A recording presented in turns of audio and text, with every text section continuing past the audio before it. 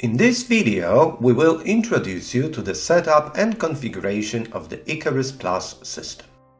The system consists of temperature and humidity sensors, one or more repeaters that create the transmission infrastructure, and finally an IoT gateway, the central control unit of the entire system, creating an interface between the sensor network and your computer network.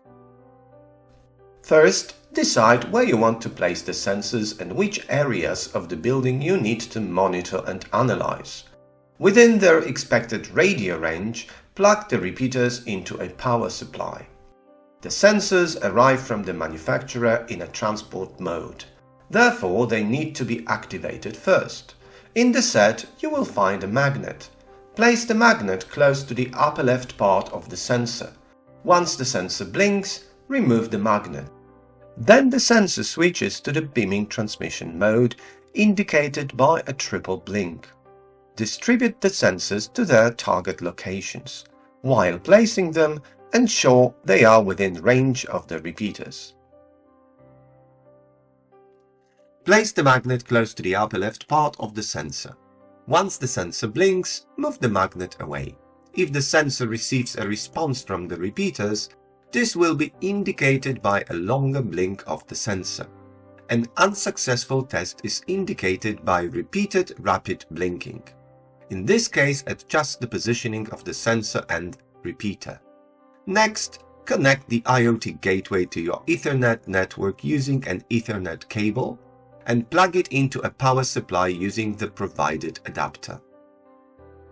Access the gateway's configuration interface using a web browser by navigating to http IQAROS or by using the IP address assigned to the gateway by your DHCP server. The computer used for the configuration must be on the same network as the gateway. Fill in the main user details, including a valid email address, and add this email as a recipient for system notifications. Go through the configuration steps, such as setting the time format, environment color scheme, NTP server settings, and email server configuration. It is recommended to keep the default internal email server, which ensures the system can send messages. After completing the setup, you will be redirected to the main dashboard with an overview. Verify the validity of the provided email address by clicking on the link sent in the confirmation email. Go through the configuration step by step using the left menu. The main dashboard provides information about the system, devices in the set, alerts related to the limits, and outages. Under latest data, you will find the most recent data collected from the sensors. Under devices, you will see a list of all devices in the set. The coordinator is the IoT gateway. You can view detailed information about each device and set its name and location. For sensors, you can see the measured values at the bottom. There are graphs of the collected data.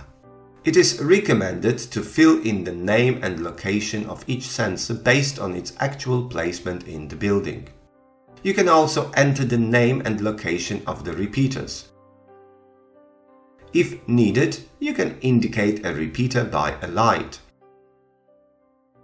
In the sensor details, you can view measured values in various display modes, the tab view, the list view, or combined view. Data can be displayed at different time intervals.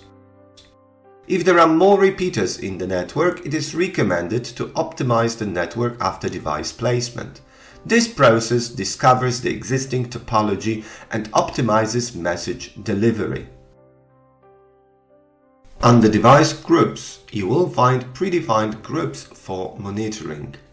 This can be edited, deleted, or new ones can be created. For example, the temperature monitoring group monitors temperature across all sensors and sends alerts if limit values are exceeded or if a sensor signal is lost. All settings can be customized. To send notifications, you need to select a recipient. Alerts as well as daily and weekly reports can be sent. Save all changes at the end of the setup. To add another recipient, use the Recipients menu. Let's create a new group to monitor the temperature on a specific device and send an email alert if the limit is exceeded.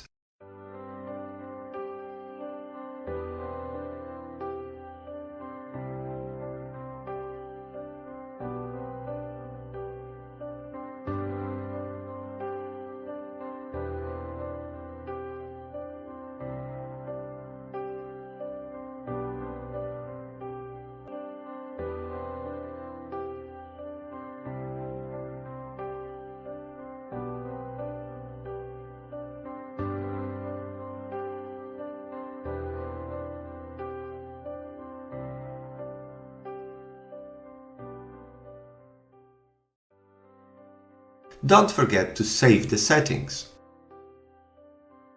If you want to use the predefined group for battery status monitoring, ensure the alert and report recipients are selected.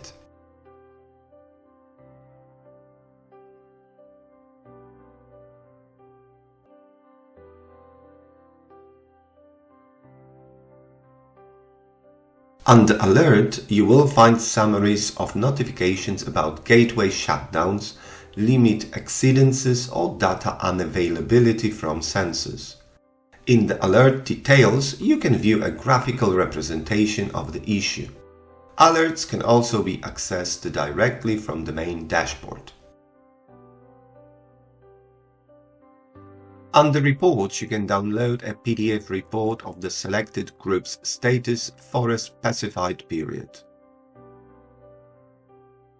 Under Configuration, you can set parameters for data transmission from the gateway through the chosen channel.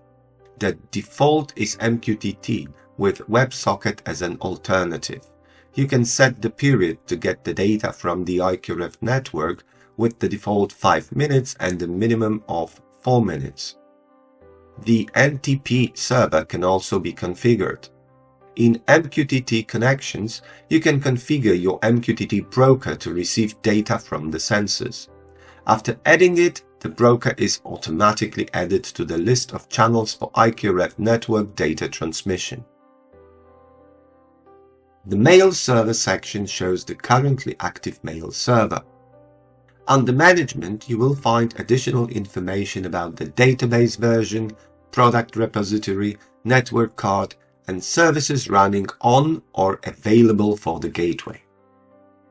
From the product repository, you can download support for newly released IQAROS devices that were not available at the time of the IQAROS Plus version release. Currently, the user list includes only the main user with administrator permissions. However, additional users can be created with either the same permissions or limited ones. The gateway can be safely shut down or restarted using the respective button. The documentation links to guides available on the IQAROS.eu website. A user with limited permissions cannot change any settings but can view information such as the main dashboard, recent sensor data, individual devices with details, alerts, reports, and documentation.